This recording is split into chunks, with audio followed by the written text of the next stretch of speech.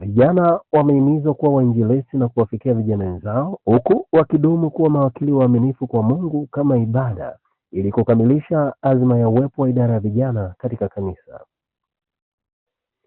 Akieleza hayo katika semina za vijana, mnenaji mkuu wa mkutano huo, Mchungaji Kennedy Warumbe, anasema vijana wanapaswa kufundishwa mbinu bora za uinjilisti, huku wakielekezwa mapema kuwa mawakili waaminifu kwa Mungu. Tumebarikiwa sana hapa kuwa na semina kwa ajili ya viongozi wa vijana, ambapo tumejita sana katika habari ya kuwasaidia vijana kuwa wainjilisti. Vijana hawezi kuwa wainjilisti mpaka wamepata mbinu ya vya katika ile level ya vijana, ambayo katika semina hii tumeendelea kuelekeza namna ya kuweza kufanya uinjilisti na kuwafikia vijana wenzao kama maksudi ya idara. Lakini pia tumetoa moyo kwamba vijana wakifundishwa mambo ya wakili wakiwa bado ni vijana wadogo kwenye chama cha wavumbuzi, watafuta njia, na baadaye mabalozi, na baadaye master guide na vyama vingine, wanaweza wakafanya vizuri katika mambo ya kiwakili. Naye mkurugenzi wa idara ya vijana Union ya Kusini mwa Tanzania, Mchungaji Emmanuel Andrew, amesema kusudi la mkutano huo ni kutoa mafunzo kwa vijana na viongozi ili kuendelea kuimarisha vyama vya idara ya vijana katika makanisa.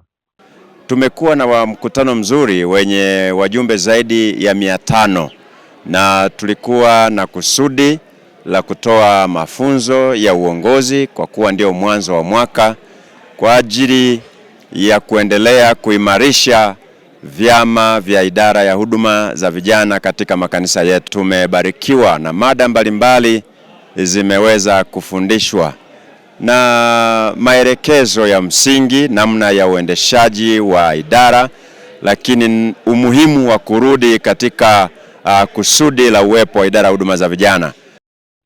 Aidha, wakurugenzi wa idara ya huduma ya vijana kutoka katika majimbo madogo yaliyoshiriki katika mkutano huo wameeleza jinsi mafunzo hayo yatakavyowasaidia kuwa viongozi bora, huku wakijikita katika utume na kuwa mawakili waaminifu. Tumekuwa na mkutano mkubwa uliounganisha majimbo matatu.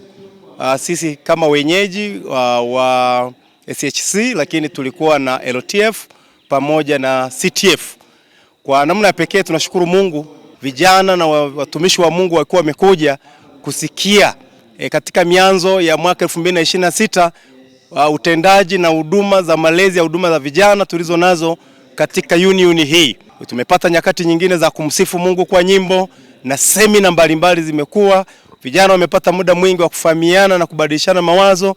Jina la Bwana limetukuzwa sana. Na kutoka CTF ni zaidi ya watu 137 na imekuwa ni mbaraka mkubwa, maana ni wengi kuwepo katika mkutano huu.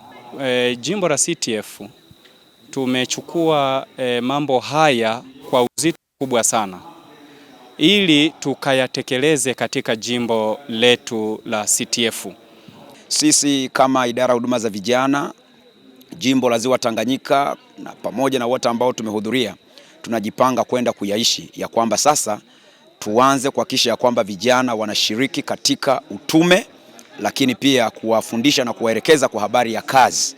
Mkutano huo uliofanyika katika ukumbi wa ofisi za makao makuu ya jimbo la Nyanda za Juu Kusini umedumu kwa siku 2, huku ukihudhuriwa na wajumbe zaidi ya 500 kutoka jimbo la Nyanda za Juu Kusini, jimbo dogo la Ziwa Tanganyika na jimbo dogo la Kati mwa Tanzania. Mimi ni George Mutarogwa.